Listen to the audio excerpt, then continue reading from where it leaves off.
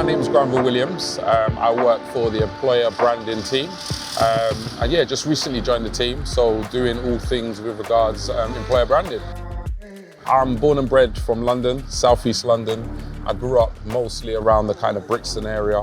When I was at university, I did a degree in politics and history. I left university not really sure what it is I wanted to do.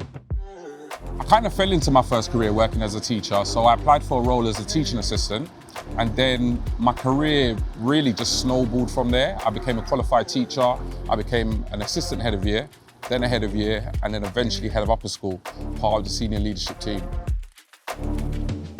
I mean, growing up in southeast London, it's not always easy. You know, I wasn't brought up or grew up in a particularly nice area, so there was always the temptation to maybe not make the right decisions or the right choices. When you're a teacher, it's that the job is so versatile in that no two days are the same.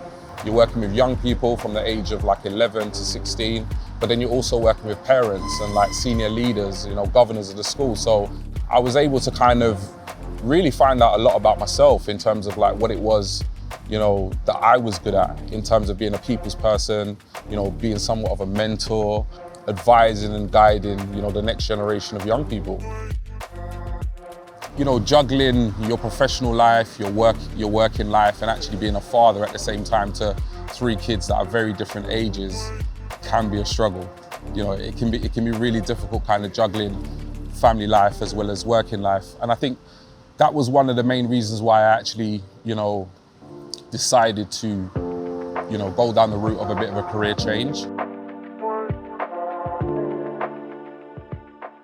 I started teaching, I believe it was in about 2008.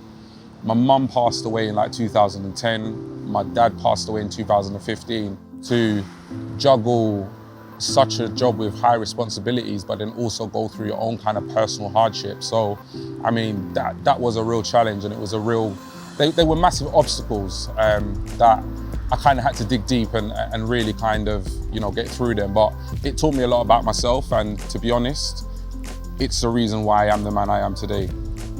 For me, I just wasn't in a good place mentally. So for me, you know, a change had to happen. So really and truly, when I applied to work in a betting shop, I literally just saw an application.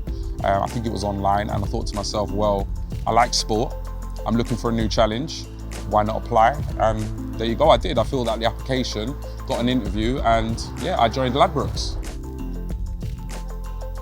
If it wasn't for the fact that I was looking for progression, I probably would have stayed there for a lot longer. But the 6 months I did at Ladbrokes, I thoroughly enjoyed it. And what it did was, it made me curious more about the industry and what I could potentially do, you know, for the business in a wider context. So 6 months on, I decided to join head office.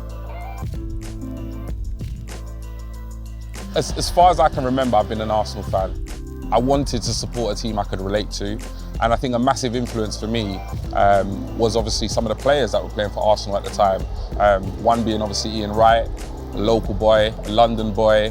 You know, seeing somebody who kind of represents you, your community, was really big for me. My online name is G Talks Arsenal, and I've got an Arsenal-related podcast. It's something that I've always really been interested in getting into. The whole idea is to just give, you know, fans of all different walks of life and opinions a platform where they can kind of come on, they can watch the streams, join the chat room, and just express how they're feeling about, you know, the current Arsenal side. It's not going anywhere, you know, because it's something that I love doing.